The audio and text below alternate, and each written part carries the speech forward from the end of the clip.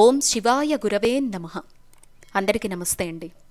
మనం ఒక్కోసారి లక్షలు కోట్లు పోసినా కూడా కొన్ని ఆనందాలు అదృష్టాలు అనేవి అందరికీ దొరకవండి. అలాంటిదే ఈరోజు ఈ వీడియోలో మీరు చూడబోయేటువంటి అంశం సప్త ఋషి హారతి.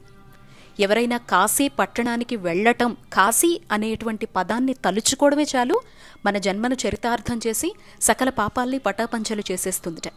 అటువంటి కాశీలోకి వెళ్ళి స్వామివారి దర్శనం చేసుకోవడం అంటే మన రాతలో రాసిపెట్టి ఉండాలి అంటారు.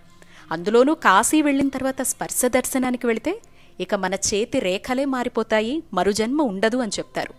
అందులోనూ కాశీకి వెళ్ళి స్వామివారికి చేసే కైంకర్యాలు చూడటం అంటే మాటల్లో చెప్పాలా?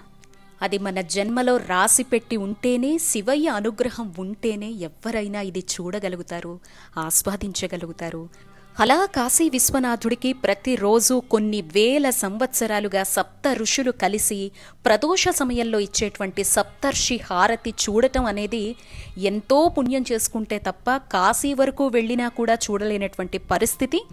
ఈరోజు మనం ఈ వీడియోలో పూర్తిగా చూసి పునీతులం కాబోతున్నాము. అసలు సప్తర్షి హారతి అంటే ఏంటి, కాశీలో మాత్రమే ఇది ఎందుకు ప్రాధాన్యత, ఈరోజు మనం ఈ హారతిని చూసేటువంటి అవకాశం ఎలా వచ్చింది అనేటువంటి ఒక 2 మాటలు చెప్పి వీడియో అంటే వాళ్ళు హారతి మొదలు పెట్టిన దగ్గర నుంచి మీకు పూర్తిగా నేను పెట్టానండి. ఇయర్ ఫోన్స్ ఉన్నవాళ్ళైతే పెట్టుకొని చూడండి, లేదు అంటే గనక ఎక్కడా స్కిప్ చేయకుండా ఈరోజు భగవంతుడు ఇంతటి మహద్భాగ్యాన్ని కల్పించాడు అనేటువంటి భావనలు మీరు కాశీలో, వారణాసిలో విశ్వనాథుడి ముందర కూర్చున్నాము ప్రదోష సమయంలో అనేటువంటి భావనలో ఈ వీడియోను చూస్తే తప్పకుండా సప్త ఋషి హారతి మనందరిపై ఆ ఆశీర్వాదం కలిగి అందరం కూడా సుఖ సంతోషాలతో, పరమేశ్వరుడి కరుణా కటాక్షాలతో మనం అందరం కూడా ఉంటాము అని చెప్పి మనస్ఫూర్తిగా కోరుకుంటూ, ఇది అనుకోని అదృష్టం అనే చెప్పాలి.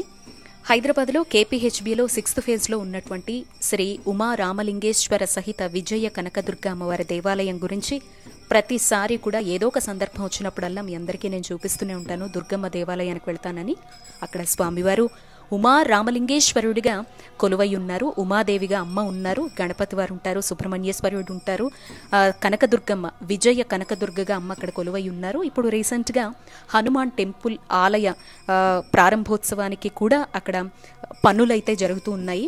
ఇప్పుడు రామలింగేశ్వర స్వామివారి దేవాలయం 2వ వార్షికోత్సవం సందర్భంగా ఈసారి ప్రత్యేకత ఏంటంటే ఆలయ కమిటీ వారు, ఆలయ యాజమాన్యం అద్భుతమైనటువంటి కాశీలో ప్రతిరోజు విశ్వనాథుడికి సాయంత్రం ప్రదోష సమయంలో జరిగేటువంటి సప్త ఋషి హారతిని మన రామలింగేశ్వరుడికి చూపించి ఇక్కడ భక్తజనాన్ని పునీతులు చేయాలి అని చెప్పి సంకల్పించారు. అలా ఇప్పుడు శశిభూషణ్ త్రిపాఠి పండితుల వారి సమక్షంలో సప్త ఋషులు కాశీ పట్టణం నుంచి ప్రతిరోజు స్వామివారికి ఎవరైతే సాయంత్రం హారతిస్తారో అందులో ఒక గ్రూప్ అనమాట. అంటే మనకు అర్థమయ్యే భాషలో చెప్పాలంటే పండితుల సప్త ఋషుల సమూహమైనటువంటి వారు వీరే ఇప్పుడు మీరు వీడియోలో చూస్తున్నటువంటి శశిభూషణ్ త్రిపాఠి గారు. వీరు ప్రధాన అర్చకులు కాశీలో. వీరు ఇక్కడ రామలింగేశ్వర స్వామివారి టెంపుల్ దగ్గరకు వచ్చి 2 రోజుల పాటు స్వామికి అభిషేకాదులు నిర్వహించి 2వ వార్షికోత్సవం సందర్భంగా సప్త ఋషి హారతి ఇక్కడ రామలింగేశ్వరుడికి ఇవ్వడం జరిగిందనమాట.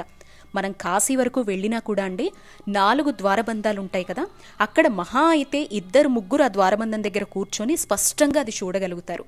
ఎంతమంది ఎన్ని లక్షలు పోసినా లోపలికి ప్రవేశించి ఆ హారతినైతే చూడలేరు. కానీ ఆ మంత్రోచ్చరణ కావచ్చు, అక్కడ జరుగుతున్నటువంటి క్రతువు కావచ్చు, కేవలం శ్రవణం చెవులతో వినటం మాత్రమే చెయ్యగలం. కానీ ఇప్పుడు అక్కడ విశ్వనాథుడికి ఏదైతే క్రతువును ప్రతిరోజు చేస్తారో, సాక్షాత్ కైలాసం నుంచి సప్త ఋషులు అక్కడి నుంచి వచ్చి విశ్వనాథుడికి ప్రతిరోజు చేసేటువంటి ఆ హారతిని అక్కడ ఉన్నా చూడలేనటువంటి దృశ్యాన్ని ఇప్పుడు ఈ వీడియోలో ప్రత్యక్షంగా ముందు నుంచి చివరి వరకు కూడా చక్కగా అంటే ఋష్యాష్టకంతో కూడుకొని శుక్ల యజుర్వేదంతో సామవేదంతో కూడుకొని చేసినటువంటి వేద పఠనంతో మీరు ఇప్పుడు ఈ వీడియోని మొత్తం చూడబోతారు. మేళ్ల తాళాల మధ్య, గగురు పొడిచేటువంటి ఢమరుక నాదాల మధ్య, యజుర్వేదంతో సామవేదంతో కూడుకొని ఉన్నటువంటి ఆ మంత్రోచ్చరణల మధ్య స్వామివారికి చేసేటువంటి ఈ హారతి సేవ అనేది మామూలుగా ఉండదండి. నిజంగా మాటల్లో వర్ణించడం కూడా కష్టమే, అంత బాగుంటుంది. వైశాఖ శుద్ధ ఏకాదశి నాడు ప్రదోష సమయంలో రామలింగేశ్వరుడికి ఇచ్చినటువంటి ఈ మహాద్భుత నీరాజనాన్ని చూసే ప్రతి ఒక్కరూ కూడా పునీతులు కావాలి అనేటువంటి ఉద్దేశంతోనే మొత్తం షూట్ చేసి నేను ప్రజెంట్ చేస్తూ ఉన్నానండి. అసలు ఈ హారతి ప్రత్యేకత ఏంటంటే సప్తర్షి హారతి. పరమేశ్వరుడే మెచ్చేటువంటి ఋషులండి. కశ్యప, అత్రి, భరద్వాజ, విశ్వామిత్ర, గౌతమ, వశిష్ఠ, జమదగ్ని మహర్షుల్నే సప్త మహర్షులు అని చెప్పి పిలుస్తారు.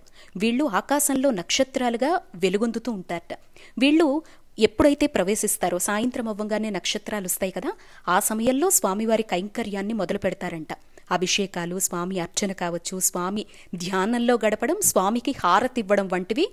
ఇప్పుడు మనం రుద్రం చదువుతూ ఏ విధంగా అయితే అభిషేకం చేస్తామో అలాగే ఋష్యోన్యాసం అని చెప్పి కరన్యాస, మహన్యాసాలు ఏ విధంగా అయితే పరమశివుడికి కొంతమంది వేదం తెలిసిన వాళ్ళు చేసి స్వామికి అభిషేకం చేస్తారో ఇది ఋష్యోన్యాసం అంటారు. ఆ విధంగా ఋష్యాష్టకాన్ని చదువుతూ మామూలుగా వేదం ప్రకారం చూస్తే యజుర్వేదంతో కూడుకున్నటువంటి వేద పఠనం జరుగుతుంది కదండి. కానీ యజుర్వేదంలో శుక్ల యజుర్వేదంతో కూడుకున్నటువంటి సప్తర్షి హారతి అనేది ఇక్కడ ప్రత్యేకత అనమాట. సకల వేదాల్లో పారంగతులై నిష్ణాతులై ఉంటారండి ఇది చదివేవాళ్ళు. ఒక్కొక్క ఋషిని ఒక్కొక్కరు ఆవాహన చేసుకుంటారు. అందరూ కలిసి సామూహికంగా ఈ మంత్రాల్ని చదువుతూ స్వామికి నీరాజనాన్ని సమర్పిస్తారండి. ఉత్తరాది వైపు అంతా కూడా అంటే మన తెలుగు సంప్రదాయంతో పోలిస్తే కొంచెం రాగయుక్తం అనేది డిఫరెంట్గా అనిపిస్తుంది. కానీ వాళ్ళు సామవేదంతో కూడుకున్నటువంటి శుక్ల యజుర్వేదాన్ని మిళితం చేస్తూ స్వామివారికి సప్తర్షి హారతిని సమర్పిస్తారండి. మనం ఏ విధంగా అయితే పరమశివుణ్ణి ఆరాధన చేస్తామో సప్త ఋషులు, ముక్కోటి దేవతలు ప్రతినిత్యం స్వామివారికి అభిషేకాదులు, పూజలు నిర్వహిస్తూనే ఉంటారట. అందులో ప్రదోషం నుంచి ఉదయం మళ్ళీ సూర్యోదయం అయ్యే వరకు కూడా సప్త ఋషులు ఇచ్చేటువంటి ఈ హారతి అంటే మనకి సూర్యాస్తమయం అవుతుంది అనంగా ఒకసారి ప్రదోష సమయంలో సప్త ఋషులు కలిసిస్తారట. మళ్ళీ సూర్యోదయం అవుతుంది అనంగా కొన్ని ఘడియల ముందర. అందుకే మీరు ఎక్కడైనా కూడా ప్రాతకాల సమయంలో చూస్తే పరమశివుడికి పవిత్రమైనటువంటి జ్యోతిర్లింగ క్షేత్రాలన్నింటిలో కూడా ఈ సప్తర్షి హారతి ప్రదోష సమయంలో ఉదయాన్నే అభిషేకం ఖచ్చితంగా ఉంటాయి. అక్కడ మంత్ర పఠనం కూడా చాలా ప్రత్యేకంగా అనిపిస్తుంది.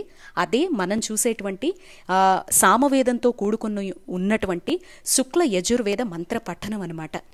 ఆ సమయంలో పరమశివుడు ఆనంద తాండవాన్ని చేస్తూ వారిచ్చేటువంటి హారతిని మనస్ఫూర్తిగా స్వీకరిస్తారు. ఆ వేద పఠనం ఏదైతే ఉందో అది చాలా ధ్యాసతో, ఏకాగ్రతతో ఎవరైతే వింటారో, ఎవరైతే ఈ హారతిని కళ్ళారా చూస్తారో దంపతుల మధ్య అన్యోన్యత కావచ్చు, మనస్సులో ఎటువంటి సంకల్పం కావచ్చు, గ్రహ పీడలు కావచ్చు, ఎటువంటి సమస్య అయినా కూడా ఆ హారతిలో కాలి బూడిదైపోతుంది అని చెప్పి మన శాస్త్ర వచనం చెప్పబడుతోందండి. మామూలుగానే భగవంతుడికి నిత్యం ఇచ్చేటువంటి హారతి తాలూకు అర్థం మనందరికీ తెలుసు. మనలో ఉండేటువంటి అజ్ఞానాన్ని తొలగించేందుకు భగవంతుడికి ఒక నివేదన అనేది చేసినప్పుడు అది నీరుగా కావచ్చు, ఆవిరిగా కావచ్చు మారి తిరిగి ఆ ఆవిరి మనంగా భావించి ఆ పరమేశ్వరుడిలో, ఆ పరమాత్మలో లీనమయ్యేటువంటి ప్రక్రియే హారతిగా చెప్పబడుతోంది.